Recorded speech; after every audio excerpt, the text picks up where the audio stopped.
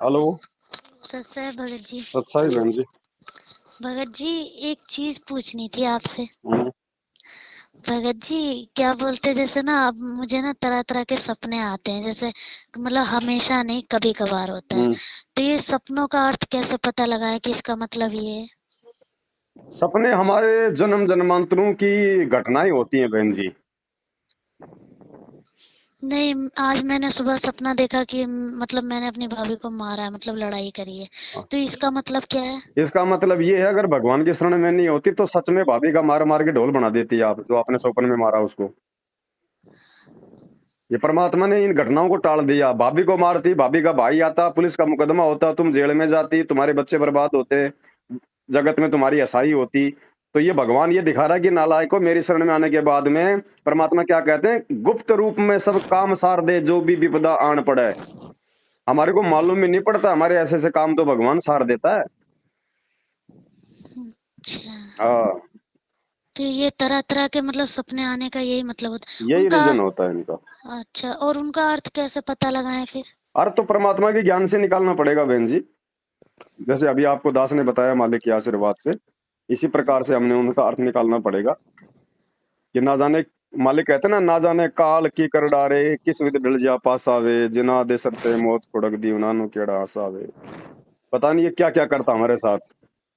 आप जैसे आज हैं, आज अब आज हमारे को भगवान मिल गया तो हमारा 84 लाख का जो फंदा है वो काट दिया ना परमात्मा ने। हमारे को गधे कुत्ते सुअर नहीं बनने देगा ना, भक्ति करेंगे तो मोक्ष हो जाएगा ना। तो अब ये सारी चीजें हमारे को ज्ञान से तो विचार करनी पड़ेंगी ना, कि अगर भगवान नहीं मिलता तो क्या होता है। जय सतगुरु मिलता नहीं, हम जाते नरक द्वार, नरक द्वार में दूत सब करते खेचा तान, उनसे कभी नहीं छूटता फिर फिरता चारों खान। तो ये ज्ञान से ही हमने निष्कर्ष निकालना पड़ेगा इन चीजों को, दूसरी कोई पासबुक नहीं है इनकी मार्केट में। भगत जी, एक बात और पूछनी थी। हम्म। जैसे मान लीजिए मेरी बहन है, मेरे को ना थोड़ा सा आप जो बताते हो ना कि मतलब कि निंदा चुगली, तो मेरे को निंदा चुगली में अगर जैसे मान लीजिए कोई बात है ना, हम्म। मतलब मेरी कोई बात है, अगर मैं उससे बता रही नहीं, तो मेरी किसी और से कोई बात हुई, तो मैं हम्म। उससे कोई चीज बता रही, मैं उससे कोई मतलब कोई चीज बता रही, तो वो निंदा चुगली में थोड़ी ना आता। उसने मुझसे बोला, तभी तो मैं सामने वाले बंदे को चीज बता रही हूँ। क्या बात बता रही हो। नहीं, जैसे कोई भी बात हो गया, मतलब कि नहीं फलाने ने ऐसे बोला, ढकाने ने ऐसे बोला, तभी तो चुगली में थोड़ी ना आई। उसने मेरे से बोला, तभी तो मैं सामने वाले को बोल रही हूँ वो नहीं नहीं चीज। नहीं नहीं, देखो बहन जी, यहाँ तो दुनिया बिना ज्ञान के सब उल्टे कर्म करते हैं। हम किसी के बारे में कहें कि वो ऐसा करता है, वो ऐसा करता है।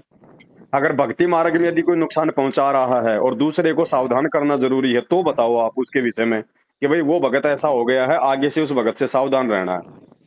ऐसे हर अच्छा। किसी के बारे में नहीं बोलना, वो तो अनुपदेशी है, वो तो पता नहीं क्या क्या बात करेगी, उनके पास तो इसी तरह की बातें हैं। हम उनकी बातों में सहयोग ना करें, वरना हम भी दोषी होंगे। नहीं, अगर जैसे मेरे से कोई सामने वाला पूछ रहा है कि वो अच्छा बता क्या कह रही थी, या वो क्या कह ना, रहा नहीं था उस नहीं बात। नहीं, ये आपने नहीं कहना फिर।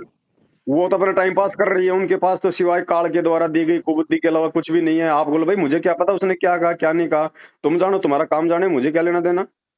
तो ये मतलब निंदा चुगली में निंदा आता है? चुगली, बिल्कुल निंदा चुगली। जो बात आप किसी के मुंह के सामने नहीं कह सकती, वो बात किसी की पीठ के पीछे कहना निंदा चुगली में आता है।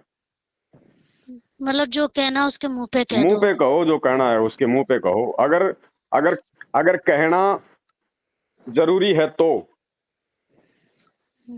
अच्छा। हाँ। ठीक है भगत जी, सच है, बस इतना सत्संग। पूछना।